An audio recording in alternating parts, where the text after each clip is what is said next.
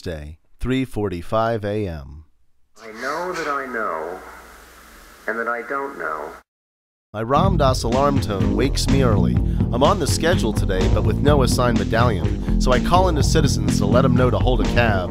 But barring the stoners work on the office, and my alarm tone has proven all too apt. At the lot, Barney looks at me and bloodshot eyes go wide as he turns to stare blankly at the pegboard of keys and medallions, drawling, "Oh shit, I forgot you were coming."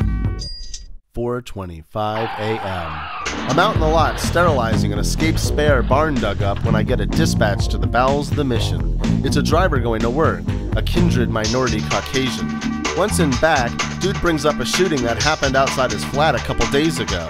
Seems he heard the whole thing while lying in bed just feet away. Apparently, the shooter didn't like being called by his real name, but the shootee kept calling him by his real name anyway, before getting shot twice and stumbling away.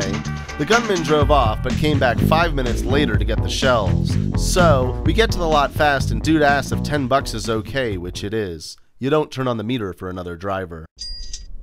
5:15 a.m. I'm downtown, post-drop from a financial shuttle, when just as I start back up Sutter, a trendy Asian chick with a chihuahua flags me at Montgomery. Paris jumps in back, gasping about how hard it was to catch a cab, then gushes on about how she got a white driver. Paris pivots into how she's taking her dog to the vet up in Pack Heights because his penis is quote-unquote bulging, and he keeps licking it a lot and wincing. His penis is that thing that comes out of the thing under him, right? Paris moves to how her now ex-boyfriend of 14 years recently robbed her at gunpoint, took $10,000 cash in her iPhone. Paris laments, "Why can't people just get their own money?" Turns out, though he was cheating, he broke up with her, and now Paris doesn't know what she's gonna do with the tattoo of his name on her wrist.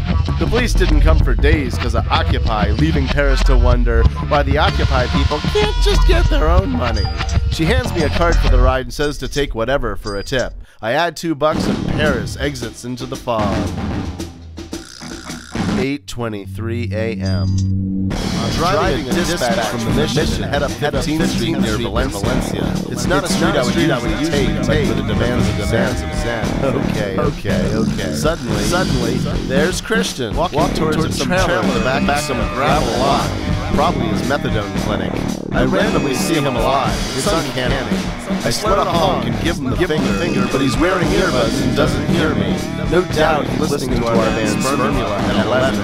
Anyway, I continue to honk and he eventually cocks his head as an animal sensing something amiss. But he stays the course, clueless. The light turns green up ahead and I'm starting to freak out my fare, so I drive. Day moves on and I get a little beefy. When one too many fares asks a picture on my dash. "Are those your kids?" I curtly blurt back, "You can't prove that." I walk with 318. Yeah, I accept.